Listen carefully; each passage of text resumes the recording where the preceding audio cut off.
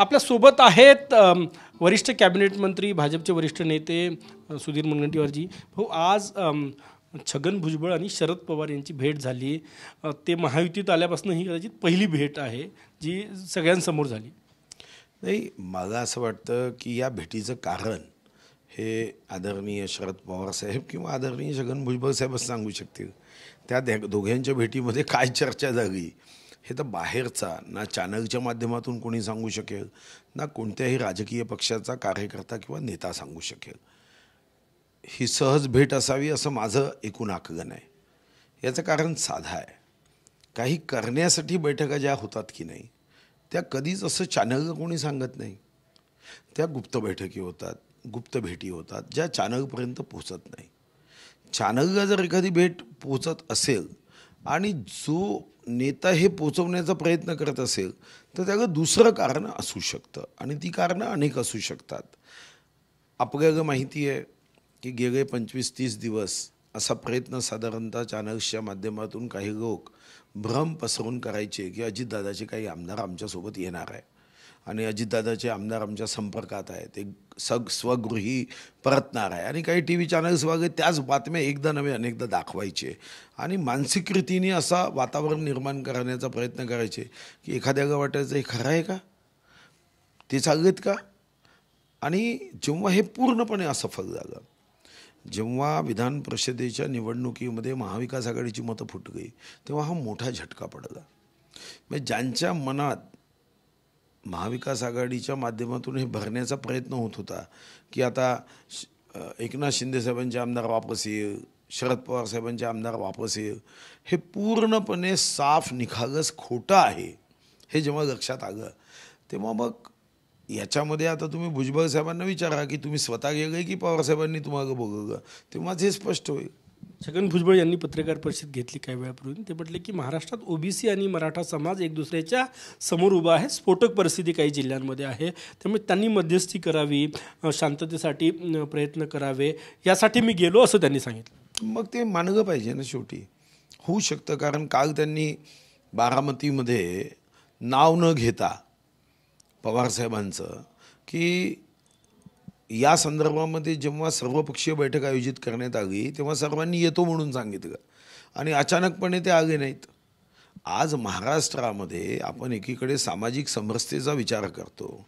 छत्रपती शिवाजी महाराजांनी 18 पगड जातींना एकत्र करून हिंदवी स्वराज्याचं स्वप्न आणि रयतेच्या राज्याचा संकल्प या दोन गोष्टी पूर्णत्वास नेण्यासाठी छत्रपती शिवाजी महाराजांनी हातात भवानी तलवार घेतली, सर्वांना एकत्र केलं आणि मोगलांच्या विरुद्ध ही लढाई त्यांनी जारी ठेवली. पण अशा प्रसंगामध्ये आपण इकडे जातीमधला जेव्हा काही विचार आहे त्याच्यामध्ये दुरावा निर्माण होत आहे आणि अशा प्रसंगात राजकारण होता कामा नये हे सांगायला भुजबळ साहेब जर गेले असतील तर मग वाईट काय त्याच्यात. ते असं म्हटलं की मुख्यमंत्र्यांशी शरद पवारांनी बोलावं आणि या सगळ्या याच्यावर तोडगा काढावा. महायुतीचे मंत्री आहे छगन भुजबळ, जर त्यांना मुख्यमंत्र्यांशी बोलायचं आहे तर ते थेट बोलू शकतात. पवारांच्या मार्फत का बोलण्याची गरज भासली नाही, ही माहिती तर त्यांनाच विचारावी लागेल. पत्रकार परिषद घेतली तर मग हा प्रश्न तुम्ही तुमच्या टी व्ही चॅनलने विचारायला हवा होता. हां, हे गोष्ट खरी आहे की मीही एक सूचना निश्चित करेन की राजकारण कोणी करू नये यासाठी सरकारने या सर्व विरोधी पक्षांच्या नेत्यांना दूरध्वनीच्या माध्यमातून स्वतः मुख्यमंत्र्यांनी बोलून त्यांची भूमिका काय माहीत केली पाहिजे आणि लेखी पत्र शासनाच्या वतीने दिलं पाहिजे की तुमची भूमिका एकदा स्पष्ट करा.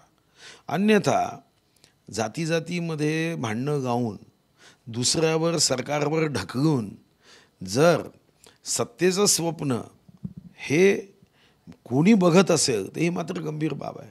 शरद पवार 2-3 दिवसात याविषयी मुख्यमंत्र्यांशी बोलणार आहे. भुजबळांनी जशी विनंती केली त्यानुसार.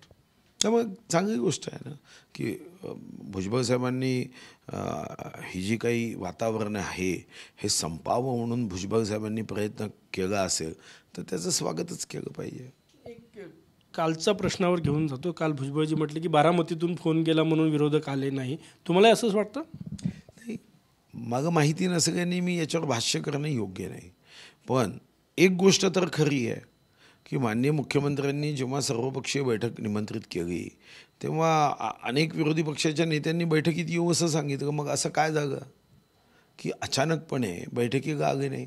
इकडे महाराष्ट्रामध्ये एक नवीन जाती मधल्या दुराव्याची समस्या निर्माण होताना आपण एक जागरूक नेते आहोत, आपण महाराष्ट्रावर प्रेम करणारे नेते आहोत, आपण अशा परिस्थितीमध्ये सर्वजण एकत्र आहोत हा भाव आपण नेहमीच निर्माण केला आहे.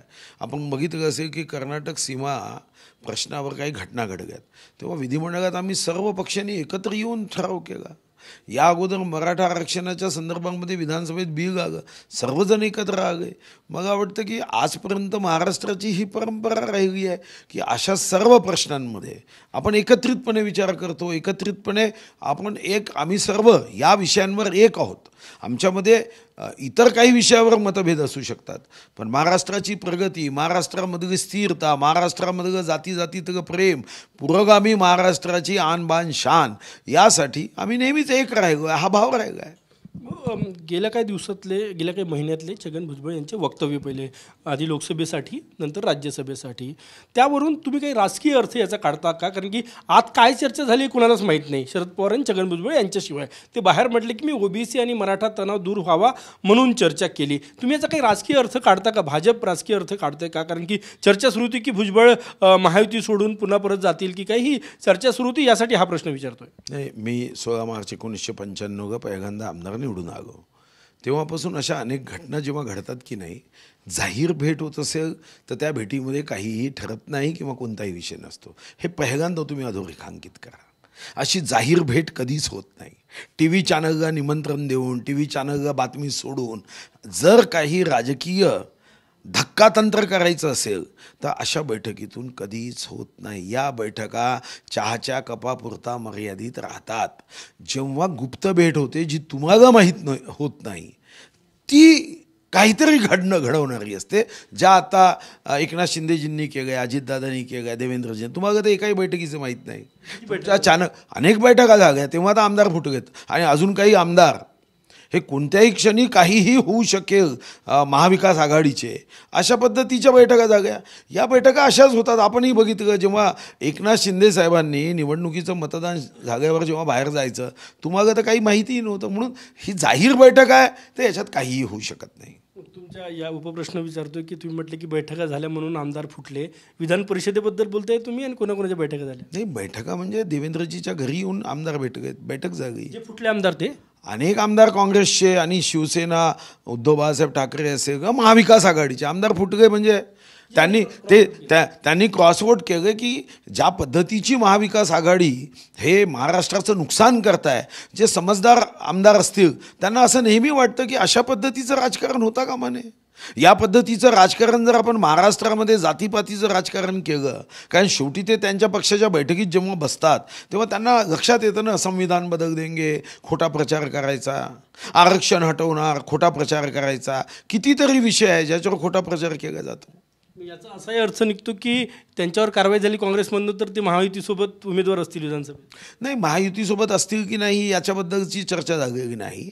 कारवाई होईल, त्याच्यानंतर काय करायचं अशी काही चौकट करून ठेवली जात नाही.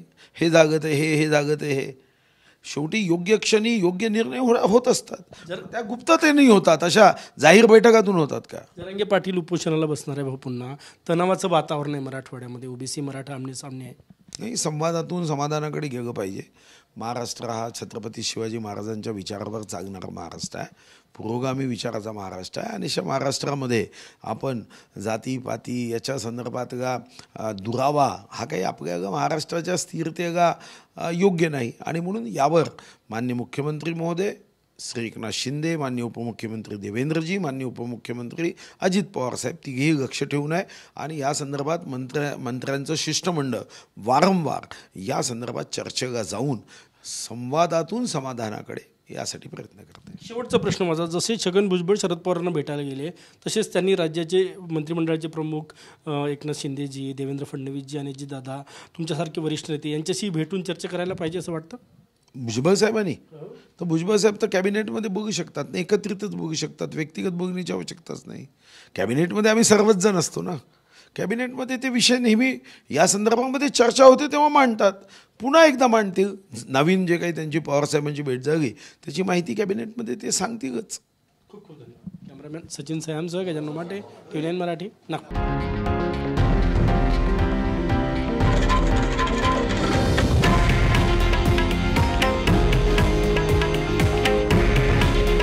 हे आहे देशातील नंबर 1 न्यूज नेटवर्क आणि आपण पाहत आहात TV9 मराठी.